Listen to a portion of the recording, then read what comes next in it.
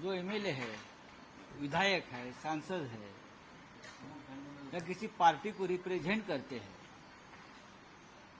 वो अपनी भूमिका या अपना विचार हमेशा व्यक्त करते हैं। हर एक की स्टाइल अलग अलग होती है। अब मैं मेरे अंदाज में बोलता हूं, लेकिन हर पार्टी के लिए या हर पार्टी के प्रवक्ता के लिए बोलने के लिए कुछ न कुछ होता है, पार्टी की भूमिका होती है। अगर आपको भूमिका मान्य नहीं है तो आप उससे प्रतिवाद कर सकते हैं उसी माध्यम से। यही लोकतंत्र है। लेकिन जब से इस देश में 10 साल में हमने देखा है बीजेपी का शासन जहां जहां है या बीजेपी की पुरस्कृत शासन है, जैसे महाराष्ट्र में, वहां लोकतंत्र का, freedom of press, freedom of expression का कोई वजूद नहीं रहा। अब जिस विधायक का आप नाम ले रहे हो वो तो सत्ताधारी पार्टी का है एक विधायक, और दूसरा विधायक जो है जितेंद्र आवाज, वो विपक्ष का है। दोनों के ऊपर हमले होते हैं। तो कानून व्यवस्था कहाँ है इस राज्य में? कहाँ है पुलिस? कहाँ इंटेलिजेंस है? ऐसी बहुत सी बातें इस राज्य में चल रही है। महाराष्ट्र बड़ा राज्य है और महाराष्ट्र की जो पहचान है देश में, वो कानून व्यवस्था के लिए महाराष्ट्र पहचाना जाता था कि अगर बेस्ट लॉ एंड ऑर्डर कहाँ है तो महाराष्ट्र में है, मुंबई में है, पुणे में है। लेकिन 10 साल में जब से मोदी जी आए हैं, उद्धव जी के कार्यकाल में आपने देखा होगा कानून व्यवस्था ठीक रही। लोगों को जो दंगे भड़काने वाले या इस प्रकार से काम करने वालों को बहुत कंट्रोल किया था। नेतृत्व था महाराष्ट्र को, लीडरशिप। अब सत्ता पर कोई नियम बाह्य व्यक्ति बिठाया है संविधान के खिलाफ जाकर, वो तो गुंडागर्दी करेगा और गुंडागर्दी का समर्थन करेगा। आपने लोकसभा चुनाव में देखा है, उससे पहले भी देखा है। जोर जबरदस्ती यही उनका कानून है और जोर जबरदस्ती से यहां राजनीति चलाई जा रही है और दिल्ली से उसका नियंत्रण हो रहा है। जिस प्रकार से दाऊद एक जमाने में मुंबई का अंडरवर्ल्ड कंट्रोल कर रहा था, उस तरह से मुंबई और महाराष्ट्र की सत्ता और ये सब जो चल रहा है ना, दिल्ली से कंट्रोल हो रहा है, गुजरात से कंट्रोल हो रहा है। इसलिए हम सब उसकी कीमत भुगत रहे।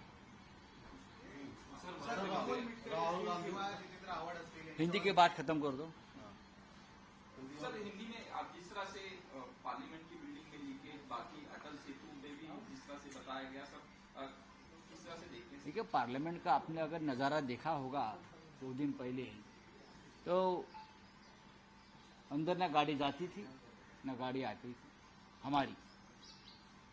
जैसे कि एक स्विमिंग पूल बन गया है पार्लियामेंट और उनका परिसर। हमने जो पुरानी वाली पार्लियामेंट है उसको इतिहास है और 100 सालों पार्लियामेंट चल सकती थी। ग्रीक की पार्लियामेंट, इटाली की पार्लियामेंट, ब्रिटिश पार्लियामेंट हमसे भी पुरानी है और वही लोगों ने बनाई हमारी पार्लियामेंट, और ठीक है। फिर भी नई पार्लियामेंट सेंट्रल विस्टा हजारों करोड़ अपने लोगों को देकर, आप ठेके भी अंदर अपने लोगों को दिए हैं, सब ठेके। लेकिन अंदर राम मंदिर लीक हो रहा है। अयोध्या में राम मंदिर बनाया, प्रभु श्री राम को बिठाया है, ऊपर से पानी टपक रहा है, एयरपोर्ट गिर रहे हैं पानी से। अब तो पार्लियामेंट हमारी, पूरी पार्लियामेंट, पूरा पानी पार्लियामेंट में आ रहा है। वहां दिल्ली में बेसमेंट में पानी गया, 3 बच्चों की मौत हो गई। पानी ही पानी है तो सरकार है कहां? जो सरकार अपने पार्लियामेंट में पानी आने से नहीं रोक पाते। 1 साल नहीं हुआ पार्लियामेंट को हमारे, 1 साल नहीं हो गया अयोध्या के राम मंदिर में जो बनाया है जोर शोर से, सब जगह पर पानी टपक रहा है। हाँ, नहीं सब वो ठीक छोड़ दीजिए। तो ये हिसाब जो है, जो हिसाब दिया है ठेकेदारों को, वो हिसाब फिर से होना चाहिए। किसको क्या मिला है और उसमें कमीशनबाजी क्या हो गई है, और ये सब ठेकेदार कौन थे? बड़े बड़े नाम लेते हो, पार्लियामेंट टाटा साहब ने बनाया, अयोध्या का राम मंदिर लार्सन टुब्रो ने बनाया, लेकिन ठेकेदार कौन थे उनके? वो किसी राज्य से प्रभावित थे, क्या थे, वो एक बार सामने आने दो। तो चंद्रशेखर बावनकुळे का बयान आया छोड़ो यार, अरे छोड़ो। उद्धव ठाकरेंच्या तिजोरीत खडखड असला तरी लाडकी बहीण योजना राबवली जाते. मात्र जे कंत्राटदार आहेत त्यांचे पैसे कुठेतरी थांबवले आहेत. त्यांना असं सांगण्यात आलं की रक्षाबंधनाचा पैसा आपल्याला त्यानंतर काय ते बोलायचं. आता ही लाडक्या बहीण योजनेतली फसवणूक आहे. निवडणुकीचे 2 महिने आहेत, त्यानंतर लाडक्या बहिणीला काही मिळणार नाही. त्या लाडक्या बहिणींची काळजी महाविकास आघाडीच्या मुख्यमंत्र्यांनाच घ्यावी लागणार आहे. एकनाथ शिंदे असतील, देवेंद्र फडणवीस असतील, अजित पवार असतील, हे यांना लाडक्या बहिणीचा जो उमाळा आलेला आहे हा निवडणुकीपुरता आला आहे. 2 महिने त्यांच्या खात्यात पैसे टाकतील, महाराष्ट्र कर्जाचा डोंगर करतील आणि मग त्यानंतर हे पळून जातील. राहुल लाडक्या बहिणीला योजनेसाठी जो पैसा आहे तो सरकारी तिजोरीतला पैसा आहे.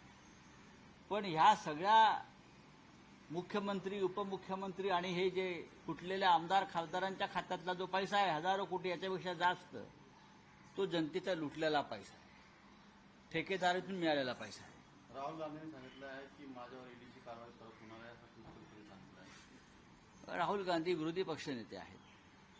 ज्या पद्धतीनं गेल्या 1 महिन्यापासून ते सरकारवरती हल्ला करतायत, सरकारला आरसा दाखवत आहेत, मोदी आणि शहांना सळो की पळो करून सोडतायत, त्याच्यामुळे राहुल गांधी असतील, आम्ही सगळे असतो, आम्हाला पुन्हा एकदा कारवाईला सामोरं जावं लागेल.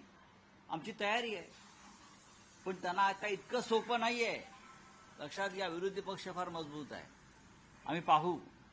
पण तुम्ही तुमचं बहुमत जरी गमावलंय, तुम्ही अल्पमतात आला असला तरी केंद्रीय यंत्रणांचा गैरवापर, घटनाबाह्य कामं करण्याची आपलं व्यसन काही सुटत नाही. सर मराठीमध्ये अमोल मिटकरी असेल किंवा जितेंद्र आव्हाड असतील यांच्या दोघांवरती हल्ला झाला आहे. कशा प्रकारे तुम्ही पाहता? मग हे दोन्ही जे लोक आहेत हे आपापल्या पक्षाचं नेतृत्व करतात. दोन्ही विधिमंडळाचे महाराष्ट्राचे सदस्य आहेत.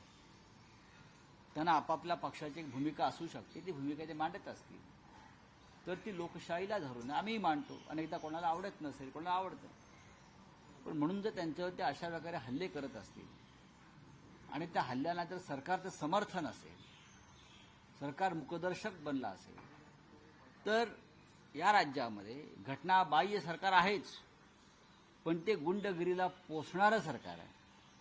आणि या गुंडगिरीचं नियंत्रण हे दिल्लीतून होत आहे, गुजरातमधून होत आहे. ते स्पष्टपणे दिसतं. ज्या पद्धतीनं दाऊद इब्राहिम त्याच्या मुंबईतल्या टोळ्या चालवतो, किंवा छोटा शकील, टायगर मेमन हे मुंबईत अंडरवर्ल्डच्या टोळ्या चालवतात किंवा चालवत होत्या, त्याच पद्धतीनं हे सरकार म्हणजे एक टोळी आहे सध्याचं. आणि त्या टोळीचे प्रमुख दिल्लीमध्ये बसले आहेत. ते या टोळ्या चालवत आहेत आणि मग त्या टोळ्या आपली सत्ता टिकवण्यासाठी खालच्या गुंडांच्या टोळ्या पोचत आहेत. मग आमदारांवर हल्ले, खासदारांवर हल्ले, लूटपाट, मर्डर, खून सगळं काही चालू आहे. सर उद्धव ठाकरे गट मिसाल चिन्हावर चुनाव लढणार का?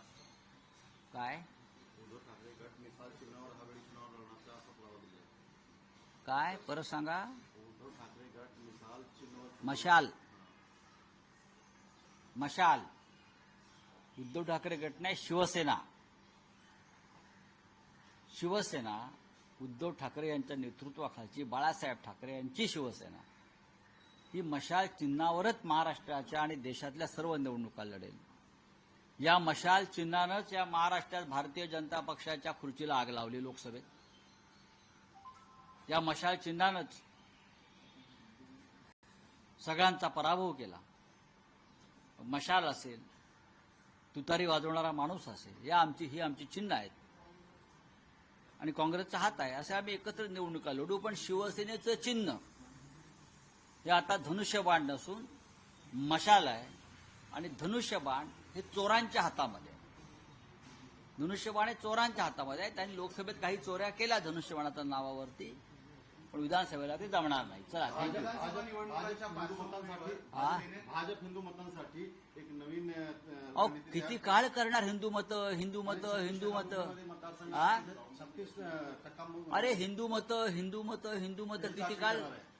किती वेळ करणार हिंदू मत? तुम्ही करताय का सत्य तितके वर्ष? तुम्हाला आजही हिंदू मतांसाठी योजना आखाव्या लागतात. कामं काय केलीत तुम्ही? भारतीय जनता पक्ष हिंदुत्वाला किंवा हिंदुत्वाचा पुरस्कार अजिबात करत नाही. भारतीय जनता पक्ष हे फक्त राजकारण करतं हिंदुत्वाचं. 36% जे सर, नितीन मतदार आहेत, सर राहुल गांधी नितिन ने किया है, गडकरी ईडी की रेड हो सकती है, हाँ? ईडी की रेड हो सकती है. राहुल गांधी कहा है, राहुल गांधी जी ने जो भी सरकार के खिलाफ आज जोर शोर से अपना आवाज बुलंद कर रहे हैं लोकतंत्र बचाने के लिए, उनके सबके खिलाफ एक साजिश रची जा रही है.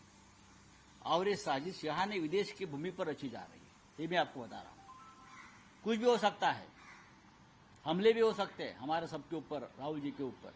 मैं इतना कह सकता हूं क्योंकि एक महीने से जिस तरह से हम सभी लोगों ने राहुल जी के नेतृत्व में दिल्ली में इस सरकार की धज्जियां उड़ाई है, सरकार की नींद उड़ गई. और ये फिर एक बार ये सब गैर कानूनी काम, मिसयूज ऑफ सेंट्रल एजेंसीज करके या गुंडों की मदद लेकर हम सब पर हमले हो सकते हैं. Thank you. Nitin Gadkari GST पे सवाल उठाए सर.